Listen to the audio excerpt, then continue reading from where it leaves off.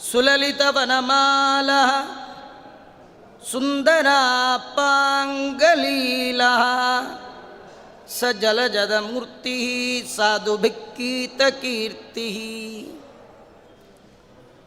ಜಗದೊಡೆಯನಾದ ಶ್ರೀಕೃಷ್ಣ ಶರದೃತುವಿನ ತಣ್ಣನೆಯ ಗಾಳಿಯ ಸುಂದರ ಸಂಜೆಯ ಸಮಯದಲ್ಲಿ ಕೃಷ್ಣ ಪರಮಾತ್ಮ ಮುರುಳಿಯನ್ನು ಹಿಡಿದು ಅನೇಕ ತೆರನಾದ ಅತ್ಯಂತ ಮಾಧುರ್ಯದಿಂದ ಯುಕ್ತವಾದ ಗೀತೆಗಳನ್ನು ನುಡಿಸ್ತಾ ಇದ್ದಾನೆ. ಆ ಭಗವಂತನ ಆ ನೋಟ ಅವನನ್ನು ಬಯಸುವವರಿಗೆ ಸರ್ವ ಬಗೆಯ ಕಾಮನೆಗಳನ್ನು ಪೂರ್ಣ ಮಾಡುವಂಥದ್ದು. ಆ ಸಂದರ್ಭದಲ್ಲಿ ಭಗವಂತ ಅತ್ಯಂತ ಸುಂದರನಾಗಿ ಕಾಣ್ತಾ ಇದ್ದ. ಆತ ಧಾರಣೆ ಮಾಡಿರುವಂತಹ ವನಮಾಲ, ಕಮಲದ ಮಾಲೆ, ಅವನು ನೋಡುವಂತಹ ನೋಟ, ನೀರು ತುಂಬಿದ ಮೋಡದಂತಹ ಮೈಬಣ್ಣ, ಸಜ್ಜನ ವೃಂದದಿಂದ ಉತ್ತಮ ಕಂಠದಲ್ಲಿ ಗಾನ ಮಾಡಲಿಕ್ಕೆ ಯೋಗ್ಯವಾದ ಕೀರ್ತಿ ಪಾತ್ರನಾದ ಆ ಕೃಷ್ಣ ಉತ್ಕೃಷ್ಟನಾಗಿದ್ದಾನೆ. ಅಂತಹ ಕೃಷ್ಣ ನಮ್ಮೇಲೂ ಕೂಡ ತನ್ನ ದಯಾದೃಷ್ಟಿ ಅದನ್ನು ಬೀರಲಿ ಅಂತ ವಾದಿರಾಜ ಶ್ರೀಮಚ್ಚರಣರು ಪ್ರಾರ್ಥನೆ ಮಾಡ್ತಾ ಇದ್ದಾರೆ. ಕೃಷ್ಣ ಪರಮಾತ್ಮ ನಮ್ಮ ಮೇಲೆ ಯಾವಾಗ ಅನುಗ್ರಹೋನ್ಮುಖನಾಗ್ತಾನೆ, ಅವನ ಕಡೆಗಣ್ಣ ಕುಡಿನೋಟ ನಮ್ಮ ಮೇಲೆ ಯಾವಾಗ ಬೀಳುತ್ತೆ, ನಾವು ಅವನನ್ನೇ ಎಲ್ಲ ಬಗೆಯ ಪುರುಷಾರ್ಥಪ್ರದ ಅಂತ ಅವನನ್ನು ಉಪಾಸನೆ ಮಾಡಬೇಕಂತ. ಭಗವಂತನನ್ನು ಮರೆತು ಯಾವುದನ್ನೂ ಕೂಡ ಬಯಸಬಾರದು. ಯಾರು ಧರ್ಮ, ಅರ್ಥ, ಕಾಮ, ಮೋಕ್ಷವೂ ಕೂಡ ಎಲ್ಲವೂ ಕೂಡ ದೇವರ ಸಲುವಾಗಿ ನಮ್ಮ ಪ್ರಾರ್ಥನೆ ಇರಬೇಕು. ಜೀವನದಲ್ಲಿ ಮನುಷ್ಯ ಪಡಿಬೇಕಾದ ದೊಡ್ಡ ಪುರುಷಾರ್ಥ ಅದು ಭಗವಂತ. ಎಲ್ಲ ಬಗೆಯ ಕಾಮನೆ ಯಾರಿಗೆ? ದೇವರೇ ಇದೆ, ನಿನ್ನ ಬಿಟ್ಟು ಮತ್ತೊಂದು ಬೇಡ ಅಂತಾರೆ. ಅವರ ಮೇಲೆ ಮಾತ್ರ ದೇವರು ತನ್ನ ದೃಷ್ಟಿಯನ್ನು ಹಾಕ್ತಾನಂತೆ. ದೇವರನ್ನು ಬಿಟ್ಟು ಬೇರೆದು ನಮಗೆ ಕಾಮನೆಯನ್ನು ಕೊಡುತ್ತೆ ಅಂಥೇಳಿ ದೇವರನ್ನು ಬಿಟ್ಟು ಉಳಿದ ಕಡೆ ಯಾರಿಗೆ ಕಣ್ಣಿದೆ, ಯಾರಿಗೆ ಬಯಕೆಗಳಿದೆ, ಅವ್ರ ಮೇಲೆ ದೇವರು ಕಣ್ಣು ಹಾಕೋಲ್ಲ. ಅವರು ಕೇಳಿದ್ದನ್ನು ಅವ್ರಿಗೆ ಕೊಟ್ಟು ಬಿಡ್ತಾನೆ. ನಾವೆಲ್ಲ ಮಹಾಭಾರತದಲ್ಲಿ ಕೇಳ್ತೇವೆ, ದುರ್ಯೋಧನ ಅವನಿಗೆ ಕೃಷ್ಣ ಬೇಡ, ಕೃಷ್ಣ ಕೊಡುವ ಸೈನ್ಯ ಬೇಕು. ಅರ್ಜುನನಿಗೆ ಸೈನ್ಯ ಬೇಡ, ಏನೂ ಬೇಡ, ಕೃಷ್ಣ ಮಾತ್ರ ಸಾಕು. ಅವನ ಮೇಲೆ ಮಾತ್ರ ಭಗವಂತನ ದೃಷ್ಟಿ, ಅವನು ಮಾತ್ರ ಭಗವಂತನ ಅನುಗ್ರಹಕ್ಕೆ ಪಾತ್ರನಾದ. ಅದನ್ನೇ ಯತ್ರ ಯೋಗೇಶ್ವರ ಕೃಷ್ಣೋ, ಭಗವಂತನ ಪರಿಪೂರ್ಣವಾದ ಅನುಗ್ರಹ ದುರ್ಯೋಧನನಿಗಾಗಲಿಲ್ಲ. ಅವನು ದೇವರನ್ನು ಮರೆತು ಪುರುಷಾರ್ಥವನ್ನೇ ಬಯಸಿದ. ಆದರೆ ದೇವರು ಮಾತ್ರ ಸಾಕು, ಉಳಿದದ್ದು ಯಾವುದೂ ಬೇಡ. ದೇವರೊಬ್ಬ ನಮ್ಮ ಬಯಕೆಯ ಪಟ್ಟಿಯಲ್ಲಿ ಇದ್ದರೆ ಉಳಿದದ್ದೆಲ್ಲ ಸಿಗುತ್ತೆ. ಧಾನ್ಯ ಬೆಳೆಯುವವ ಹೊಟ್ಟನ್ನೋ ಹುಲ್ಲನ್ನೋ ಅದು ಹೇಗೆ ಬೇಡೋಲ್ಲ, ಬೇಡದಿದ್ದರೂ ಬಿಡದ ಹಾಗೆ ನಮಗೆ ಬರುತ್ತೋ ಹಾಗೆ ಎಲ್ಲ ಪುರುಷಾರ್ಥಗಳ ಕಾಮಧೇನು ಅದು ಭಗವಂತ. ಯಾರು ಕೇವಲ ಭಗವಂತ ಬೇಕು ಅಂತ ಅಂತಾರೆ ಅವರ ಮೇಲೆ ಮಾತ್ರ ತನ್ನ ಕೃಪಾ ವೀಕ್ಷಣೆಯನ್ನು ಭಗವಂತ ಮಾಡ್ತಾನಂತೆ. ಮಿಕ್ಕಾದವ್ರ ಮೇಲೆ ಮಾಡೋದಿಲ್ಲ ಭಗವಂತ. ಯಾರು ಭಗವಂತನನ್ನು ಗಾನ ಮಾಡ್ತಾರೆ ನಾವು ಜೀವನದಲ್ಲಿ ಗಾನ ಮಾಡಿದ್ದುಂಟು, ಹೊಗಳಿದ್ದುಂಟು, ಜನರನ್ನು ಹೊಗಳಿದ್ದು ಉಂಟು, ಜನಾರ್ದನನನ್ನು ಹೊಗಳಿದ್ದು ಇಲ್ಲ. ದೇವರು ನಮ್ಮ ಮೇಲೆ ಯಾಕೆ ಅನುಗ್ರಹ ಮಾಡ್ತಾ ಇಲ್ಲ, ನಮ್ಮ ಮೇಲೆ ಯಾಕೆ ದೇವರ ಕೃಪಾ ದೃಷ್ಟಿ ಬಿದ್ದಿಲ್ಲ, ಆ ದೃಷ್ಟಿಯನ್ನು ನಿತ್ಯ ಪ್ರಾರ್ಥನೆ ಮಾಡ್ತೇವೆ. ದೇವರೇ ನನ್ನನ್ನು ನೋಡು, ದಿನಾ ನಿನ್ನನ್ನು ನೋಡಿ ಎಲ್ಲ ಬಗೆಯ ಆರಾಧನೆಯನ್ನು ಮಾಡ್ತೇವೆ.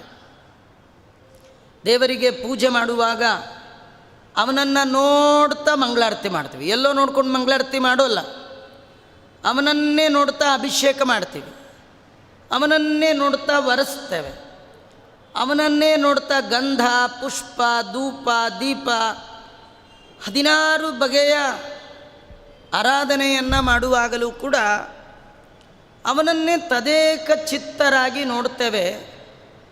ಇಷ್ಟು ಬಾರಿ ನೋಡುವ ನಮ್ಮ ಮೇಲೆ ದೇವರು ಒಮ್ಮೆ ಯಾಕೆ ನೋಡಬಾರ್ದು, ಯಾಕೆ ನೋಡ್ತಾ ಇಲ್ಲ? ಯಾರು ಅವನ ಕೀರ್ತಿಯನ್ನು, ಅವನ ಚರಿತ್ರೆಯನ್ನು, ಅವನ ಮಂಗಳಕರವಾದ ಮಹಿಮೆಯನ್ನು ಯಾರು ಗಾನ ಮಾಡೋಲ್ಲ, ಭಕ್ತಿ ತನ್ಮಯತೆಯಿಂದ ಗಾನ ಮಾಡೋಲ್ಲ, ಅವರ ಮೇಲೆ ಭಗವಂತ ತನ್ನ ಅನುಗ್ರಹ ದೃಷ್ಟಿಯನ್ನು ಬೀರೋಲ್ಲ. ನಾವು ಯಾಂತ್ರಿಕವಾಗಿ ಪೂಜೆ ಮಾಡ್ತೀವಿ. ಒಂದು ಯಂತ್ರಕ್ಕೆ ಎಲ್ಲ ಫೀಡ್ ಮಾಡಿಬಿಟ್ರೆ ಅದೇ ಅಭಿಷೇಕ ಮಾಡುತ್ತೆ, ಅದೇ ಒರೆಸ್ಬಿಡುತ್ತೆ. ಈಗ ಒಂದೇ ಒಂದು ಬಂದಿದೆ ನೋಡಿ, ಈಗ ಜಾಂಗ್ಟೆ ಬಾರಿಸ್ಬೇಕಾದ್ದಿಲ್ಲ, ಗಂಟೆ ಬಾರಿಸ್ಬೇಕಾದ್ದಿಲ್ಲ, ಒಂದು ಸ್ವಿಚ್ ಹಾಕಿಬಿಟ್ರೆ ಎಲ್ಲ ಗಂಟೆ ಜಾಂಗ್ಟೆ ಏಕಕಾಲಕ್ಕೆ. ನೀವು ಮಂಗಳಾರತಿ ಮಾಡೋದು ಬಿಡೋದು ನಿಮ್ಮ ಹಣೆ ಬರ, ಗಂಟೆ ಬಾರಿಸೋದು ಬಿಡೋದು, ನಾವಂತೂ ಸ್ವಿಚ್ ಹಾಕಿದ್ರೆ ಬಾರಿಸ್ಬೇಕು. ಇನ್ನು ಸ್ವಲ್ಪ ಇನ್ನೊಂದು 20-30 ವರ್ಷ ಹೋದರೆ ಅಂಥದ್ದೇ ಇನ್ನೊಂದು ಯಂತ್ರ ಬಂದರೂ ಬರಬಹುದು. ದೇವರ ಮನೆಯಲ್ಲಿ ಒಂದು ಯಂತ್ರ ಫಿಕ್ಸ್ ಮಾಡಿಬಿಟ್ರೆ ಅದೇ ಪೂಜೆ ಮಾಡಿ ತೀರ್ಥ ಗಂಧಾಕ್ಷಿ ಗಂಧ ತೈಲಿಕ್ಕೆ ಯಂತ್ರ ಬಂದಿದೆ. ಹಾಗೆ ಒಂದೊಂದಕ್ಕೂ ಒಂದೊಂದು ಯಂತ್ರ ಮನುಷ್ಯ ಏನು ಬೇಕಾದ್ರೂ ಕಂಡುಹಿಡಿತಾನೆ. ಆ ಯಂತ್ರಕ್ಕೂ ನಮಗೂ ಏನು ವ್ಯತ್ಯಾಸ ಇಲ್ಲ. ನಾವು ಮಾಡುವ ಪೂಜೆಯು ಕೂಡ ಮಾಡಿ ಮಾಡಿ ಮಾಡಿ ಅಭ್ಯಾಸ ಆಗಿ ಯಾಂತ್ರಿಕ ಪೂಜೆ ಆಗತ್ತೆ ವಿನಃ ಮಾಂತ್ರಿಕ ಪೂಜೆ. ಮಂತ್ರ ಇಲ್ಲ, ಮಂತ್ರ ಇದ್ದರೂ ಯಾಂತ್ರಿಕ. ಯಾಕಂದರೆ ಮಂತ್ರ ಇದ್ದವರಿಗೂ ಮನಸ್ಸಿಲ್ಲ. ಬರೀ ಮಂತ್ರ ಹೇಳಿದ್ರೂ ಸಾಲದು, ಮನಸ್ಸು ಬೇಕು. ಬರೀ ಬಾಯಲ್ಲಿ ಶಬ್ದ ಬಂದರೆ ಸಾಲದು, ಹೃದಯ ಭಗವಂತನ ಕಡೆಗೆ ನಮ್ಮ ಮನಸ್ಸು ಹರಿದಿರಬೇಕು. ಹರಿಯ ಕಡೆ ಮನಸ್ಸು ಹರಿಯದೆ ಹರಿಬಿಟ್ಟು ಹರಿದಾಡುವ ಮನಸ್ಸು ಎಷ್ಟು ಜೋರ್ ಮಂತ್ರ ಹೇಳಿದ್ರು ಪ್ರೇಮವಿಲ್ಲದ ಗಾನ ವಲ್ಲನೋ ಹರಿಕೊಳ್ಳನು. ಹಾಗಾಗಿ ಸಾಧುಗಳು ಭಗವಂತನನ್ನು ಕೀರ್ತನೆ ಮಾಡ್ತಾರೆ, ಇಲ್ಲಿ ವರ್ಣನೆ ಮಾಡ್ತಾ ಇದ್ದಾರೆ. ಸಾಧುಬಿರ್ ಗೀತ ಕೀರ್ತಿ. ಸಜ್ಜನರು ಭಗವಂತನ ಕೀರ್ತನೆ, ಭಗವಂತನ ಮಹಿಮೆಯನ್ನು ಉಚ್ಚಕಂಠದಲ್ಲಿ ಸ್ತೋತ್ರ ಮಾಡ್ತಾ ಇದ್ದಾರೆ. ಕಾರಣ ಅವನ ಅನುಗ್ರಹಕ್ಕಾಗಿ. 2000 ನಾಲಿಗೆ, 2000 ಕಣ್ಣು, 1000 ಮುಖಗಳಿಂದ ಸದಾ ದೇವರನ್ನು ನೋಡ್ತಾ ಶೇಷದೇವರು ಸ್ತೋತ್ರ ಮಾಡ್ತಾ ಇದ್ದಾರೆ. ಚತುರ್ಮುಖ ಬ್ರಹ್ಮದೇವರು ಕ್ಷಣಕಾಲ ಬಿಡದೆ ನಿರಂತರವಾಗಿ 4 ಮುಖಗಳಿಂದ ಅಪೌರುಷೇಯವಾದ ವೇದವನ್ನು ಒಂದು ಕ್ಷಣ ಬಿಡದೆ ಉತ್ಕಂಠದಲ್ಲಿ ಆ ಭಗವಂತನ ಗಾನ ಮಾಡ್ತಾ ಇದ್ದಾರೆ. ಅನಾದಿ ಕಾಲದಿಂದ ಅನಂತ ಕಾಲದವರೆಗೆ ಆ ಭಗವಂತನ ಪಾದ ಸೇವಾ ಮಾಡ್ತಾ ಛತ್ರ ಚಾಮರ ಅನೇಕ ಬಗೆಗಳಿಂದ ಎಲ್ಲ ಶ್ರುತಿ ಪ್ರತಿಪಾದ್ಯವಾದ ವರ್ಣಗಳು, ಧ್ವನಿಗಳು, ಆ ಎಲ್ಲದರಿಂದ ಭಗವಂತನನ್ನೇ ಲಕ್ಷ್ಮೀದೇವಿ ಸ್ತೋತ್ರ ಮಾಡ್ತಾ ಇದ್ದಾರೆ. ಇವರೆಲ್ಲರ ಸ್ತೋತ್ರದ ಮುಖ್ಯ ಉದ್ದೇಶ ಆ ಭಗವಂತ ನಮ್ಮನ್ನು ನೋಡಲಿ, ಅವನು ಅನುಗ್ರಹೋನ್ಮುಖನಾಗಲಿ ಅಂಥೇಳಿ. ಹಾಗಾಗಿ ಆ ಭಗವಂತ ನಮ್ಮನ್ನು ನೋಡಬೇಕಾದ್ರೆ ಅವನ ಕಾರುಣ್ಯದ ಕಟಾಕ್ಷ ನಮ್ಮೇಲೂ ಬೀಳಬೇಕಂತಾದರೆ ಆ ಭಗವಂತನ ಚರಿತ್ರೆಯನ್ನು, ಆ ಭಗವಂತನ ಗುಣ, ಭಗವಂತನ ರೂಪ, ಭಗವಂತನ ಕ್ರಿಯೆ ಇದನ್ನು ಸ್ತೋತ್ರ ಮಾಡಬೇಕು. ಅಷ್ಟೇ ಅಲ್ಲ, ಕೃಷ್ಣ ಪರಮಾತ್ಮ ಸರ್ವೋತ್ತಮನಾಗಿದ್ದಾನೆ ಅಂತ ತಿಳಿದು ಭಜನೆ ಮಾಡಬೇಕು.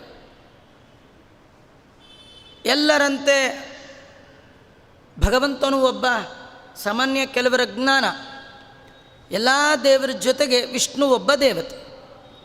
ಆದರೆ ದೇವತ್ವದಲ್ಲಿ ನೋಡೆ ದಿವಿಜರೊಡೆಯ ಅಂತಾರೆ, ಸಾಮಾನ್ಯ ಅಲ್ಲ. ಅಂತಹ ಭಗವಂತ ಸರ್ವೋತ್ತಮ ಅಂತ ತಿಳಿದು ಭಜನೆ ಮಾಡಿದಾಗ ಮಾತ್ರ ಅವನು ನಮ್ಮೇಲೂ ಕೂಡ ಒಂದು ದಯಾದೃಷ್ಟಿಯನ್ನು ಹಾಕ್ಬೋದು. ಹೀಗೆ ಭಗವಂತನನ್ನು, ಅವನ ಮಹಿಮೆ, ಅವನು ಹೇಳಿದ ಆ ಗೀತೆಗಳು, ಅವನ ಆಕರ್ಷಕವಾದ ರೂಪ, ಇದನ್ನು ಯಾರು ಗಾಯನ ಮಾಡ್ತಾರೆ, ಭಕ್ತಿಯಿಂದ ಮಾಡ್ತಾರೆ, ಅವರು ಮಾತ್ರ ಭಗವಂತನ ಪರಮಾನುಗ್ರಹಕ್ಕೆ ಪಾತ್ರರಾಗ್ತಾರಂತೆ. ನಮಗೂ ಜೀವನದಲ್ಲಿ ಆಸೆ, ದೇವರ ದಯ ಆಗಲಿ ಅಂತ. ತುಂಬ ಜನ ದೇವರ ಹತ್ರ ಹೇಳ್ತಾರೆ, ಯಾಕೋ ನಮ್ಮ ಮೇಲೆ ದೇವರು ದೃಷ್ಟಿನೇ ಹಾಕ್ತಾ ಇಲ್ಲ. ಅದು ಯಾವಾಗ ಹಾಕ್ತಾನೆ ಅಂತ ವಾದಿರಾಜರು ಇಲ್ಲಿ ತಿಳಿಸ್ತಾರೆ. ನಾವು ಭಗವಂತನನ್ನು ಈ ಬಗೆಯಿಂದ ಕೊಂಡಾಡಿದಾಗ ಮಾತ್ರ, ದೇವರನ್ನು ಸರ್ವೋತ್ತಮತ್ವೇನ ಭಜನೆ ಮಾಡಿದಾಗ ಮಾತ್ರ ದೇವರ ಅನುಗ್ರಹ ಮಾಡ್ತಾ ಇದ್ದಾನೆ. ಚಂದ್ರೇ ಜೃಂಭತಿ ತನ್ಮುಖಶ್ವಿಷಿ ಮುಹುರ್ ಮಂದಾನಿಲೇ ತದ್ವಪುಃ ಗಂಧೇ ವಾತಿ ವಿಯೋಗವನ್ನಿ ಸಚಿವೆ ತತ್ಕೋಮಲಲಾಪವತ್ ವೇಣು ಕೂಜತಿ ಪಂಚಬಾಣವಿಶಿಕೈಃ ಶಾಣಾಶಿತೈಃ ತಾಡಿತಾ ಮಾನಿನ್ಯೋಪಿ ಯಯುರ್ಮನೋ ಭವ ಪಿತುಃ ಶ್ರೇಯೋ ನಿಧಿಂ ಸನ್ನಿಧಿಂ. ಕೃಷ್ಣನ ಮುಖದ ಕಾಂತಿಗೆ ಅನುಗುಣವಾಗಿ ಚಂದ್ರ ವಿಜೃಂಭಿಸ್ತಾ ಇದ್ದಾನಂತೆ. ಚಂದ್ರೇ ಜೃಂಭತಿ ತನ್ಮುಖತ್ವಿಷಿ. ನಿಜವಾಗಿಯೂ ಚಂದ್ರನಲ್ಲಿ ಈ ಬಗೆಯ ಬೆಳಕು ಅದು ಎಲ್ಲಿಂದ ಬಂದದ್ದು? ದೇವರಿಂದ. ಯದಾದಿತ್ಯಗತಂ ತೇಜೋ ಜಗದ್ಭಾಸಯತೆ ಕಿಲಂ ಯಚ್ಛಂದ್ರಮಸಿ ಯಚ್ಛಾಗ್ನೌ ತತ್ತೇಜೋ ವಿದ್ಧಿ ಮಾಮಕಂ. ಕೃಷ್ಣ ಪರಮಾತ್ಮ ಕೊಳಲಿನ ನಾದ ಮಾಡುವಾಗ ಶರತ್ಕಾಲದ ಹುಣ್ಣಿಮೆಯ ಬೆಳದಿಂಗಳು, ಭಾರೀ ಬೆಳದಿಂಗಳು. ಒಂದು ಪ್ರೋಗ್ರಾಮ್ ಆಗಬೇಕಾದ್ರೆ ಲೈಟಿಂಗ್ ವ್ಯವಸ್ಥೆ ಚೆನ್ನಾಗಿರ್ಬೇಕ್ರಿ. ಎಲ್ಲ ಲೈಟ್ಗಳಿಗೆ ಮೂಲ ಬೆಳಕಿನ ಸ್ರೋತಸ್ ಅದು ಭಗವಂತ. ಜಗತ್ತಿನಲ್ಲಿ ಏನೆಲ್ಲ ಬೆಳಕುಗಳಿದೆ, ಆ ಬೆಳಕು ಮೂಲ ಅದು ಭಗವಂತ. ಚಂದ್ರ ಭಾರೀ ಬೆಳದಿಂಗಳು ಕೊಡ್ತಾ ಇದ್ದಾನೆ, ಆದರೆ ಚಂದ್ರಂದ ಅಲ್ಲ ಅದು. ಕೃಷ್ಣನ ಮುಖದ ಕಾಂತಿಗೆ ಅನುಗುಣವಾಗಿ ಅವನ ಕಾಂತಿ. ಅವ ಎಷ್ಟು ಕಾಂತಿಯನ್ನು ಚಂದ್ರನಲ್ಲಿದ್ದು ಹೊರ ಸೂಸ್ತಾ ಇದ್ದಾನಷ್ಟೇ. ಈ ಕಥೆಯಲ್ಲಿ ನಮಗೊಂದು ಕಥೆ ಇದೆ.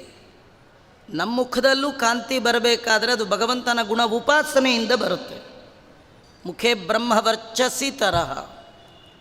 ಯಾರು ಭಗವಂತನ ಆರಾಧನೆ ಮಾಡ್ತಾರೆ, ಪ್ರಾಮಾಣಿಕವಾಗಿ ಜೀವನ ನಡೆಸ್ತಾರೆ, ಅವರ ಮುಖದಲ್ಲಿ ವಿಶಿಷ್ಟವಾದ ಕಳೆ, ಅದು ಯಾವುದು ಸ್ನೋಪು ಪೌಡ್ರು ಅಥವಾ ಇನ್ನೊಂದು ಸುಖ ಸಾಧನ ಸಾಮಗ್ರಿಯನ್ನು ಹಚ್ಚಿಕೊಂಡಾಗ ಬರುವಂಥದ್ದಲ್ಲ. ಅವರು ನೋಡ್ಲಿಕ್ಕೆ ಕಪ್ಪಗಿರಲಿ, ಕೆಂಪಗಿರಲಿ, ಬೆಳ್ಳಗಿರಲಿ, ಆ ಮುಖದ ಕಾಂತಿಯೇ ಬೇರೆ.